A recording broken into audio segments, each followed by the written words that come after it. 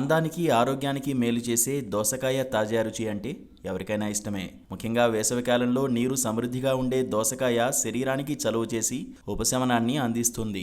అందుకని ప్రజలు దోసకాయను ప్రతిరోజు వివిధ రకాల పదార్థాలతో కలిపి తింటూ ఉంటారు. దోసకాయని ఎక్కువగా సలాడ్ రూపంలో తీసుకుంటారు. కొన్నిసార్లు రైతాగా, శాండ్విచ్ ఫిల్లింగ్ గా, అనేక ఇతర మార్గాల్లో ఉపయోగిస్తారు. కానీ కొన్నిసార్లు దోసకాయను తప్పుడు వస్తువులతో తిన్నప్పుడు ఆరోగ్యానికి హానికరంగా మారుతుంది. ఈ 5 రకాల పదార్థాలతో కలిపి దోసకాయను తింటున్నారేమో పరిశీలించుకోండి. ఈ వేసవిలో దోసకాయలను వేటితో పాటు తినకూడదో ఖచ్చితంగా తెలుసుకోవాలి.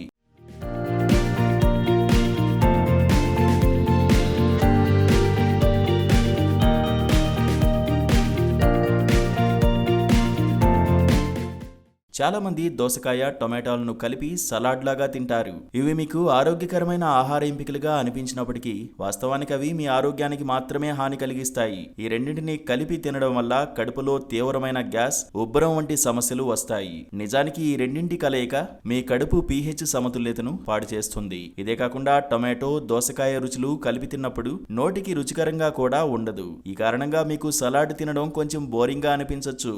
సలాడ్ లో దోసకాయ, ముల్లంగిని జత చేయడం కామన్. ఇది చాలా మందికి నచ్చుతుంది కూడా. అయితే ఈ ఆహార కలయిక ఆరోగ్యానికి ఏమాత్రం మంచిది కాదు. రెండింటిలో నీటి శాతం సమృద్ధిగా ఉంటుంది. అందుకే వాటి ప్రభావం శరీరాన్ని మరింత చల్లబరుస్తుంది. అంతేకాకుండా వీటిని కలిపి తినడం వల్ల అజీర్ణం, ఉబ్బరం, గ్యాస్ వంటి కడుపు సమస్యలు కూడా వస్తాయి. ఇది మాత్రమే కాదు, రెండు కలిపి తింటే శరీరం విటమిన్ సిని సరిగ్గా గ్రహించలేదు. దీనివల్ల అనేక ఆరోగ్య సమస్యలు వస్తాయి.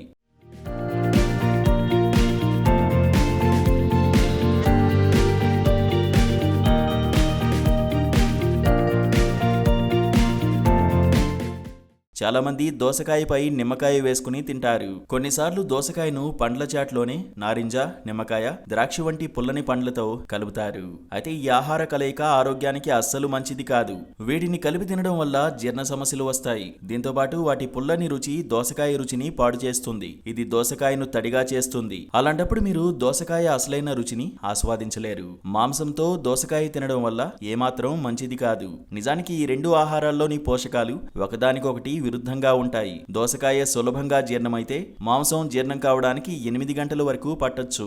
దీంతో పాటు దోసకాయలో ఫైబర్, నీరు పుష్కలంగా ఉంటాయి. అదే మాంసంలో అధిక ప్రోటీన్, కొవ్వు పుష్కలంగా ఉంటాయి. ఈ వైరుధ్యం కారణంగా మాంసం, దోసకాయలను కలిపి తినడం వల్ల ఉబ్బరం, అజీర్ణం, గ్యాస్, కడుపు నొప్పి వంటి జీర్ణ సమస్యలు వస్తాయి.